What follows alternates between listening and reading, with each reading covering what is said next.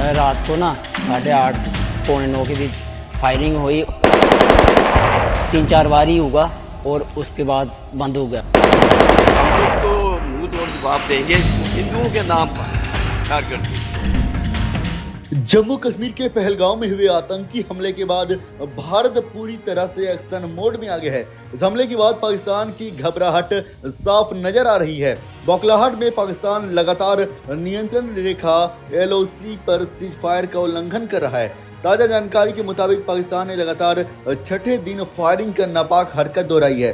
अब पाकिस्तान की गोलाबारी केवल LOC तक ही सीमित नहीं रही, बल्कि बुधवार रात को इंटरनेशनल बॉर्डर पर भी फायरिंग की गई। हालांकि भारतीय सेना ने हर बार की तरह इस बार भी पाकिस्तान को मुंहतोड़ जवाब दिया है।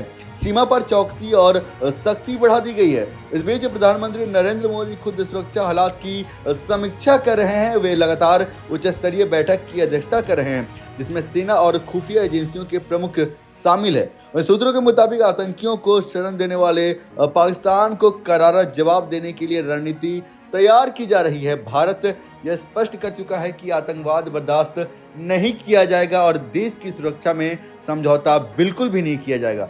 सीमावर्ती इलाकों में सेना को हाई अलर्ट पर रखा गया है और जनता से सतर्क रहने की अपील की गई है। यहाँ पे फायर तो 3-4 ड्रोन फेंके हैं, उसके बाद हमारे से भी हुए हैं।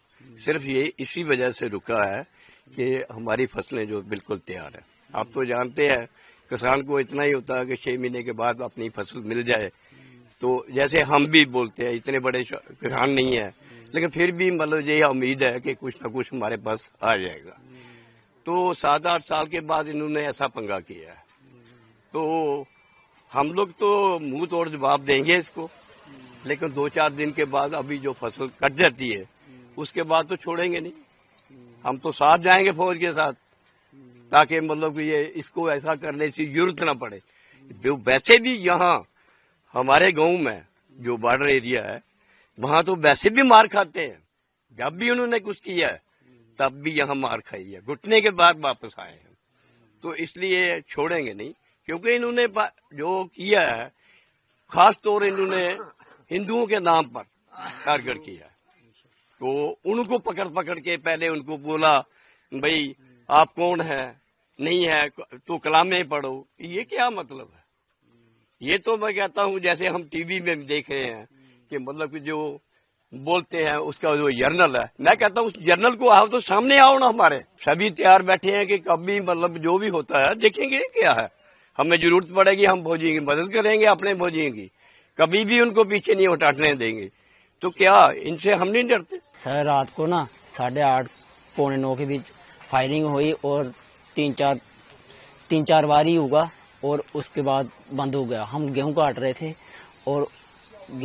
थे हम ना, तो फोन आया हमें, बोल रहे कि मशीनें बंद कर दो और जल्दी जल्दी घर में आ जाओ।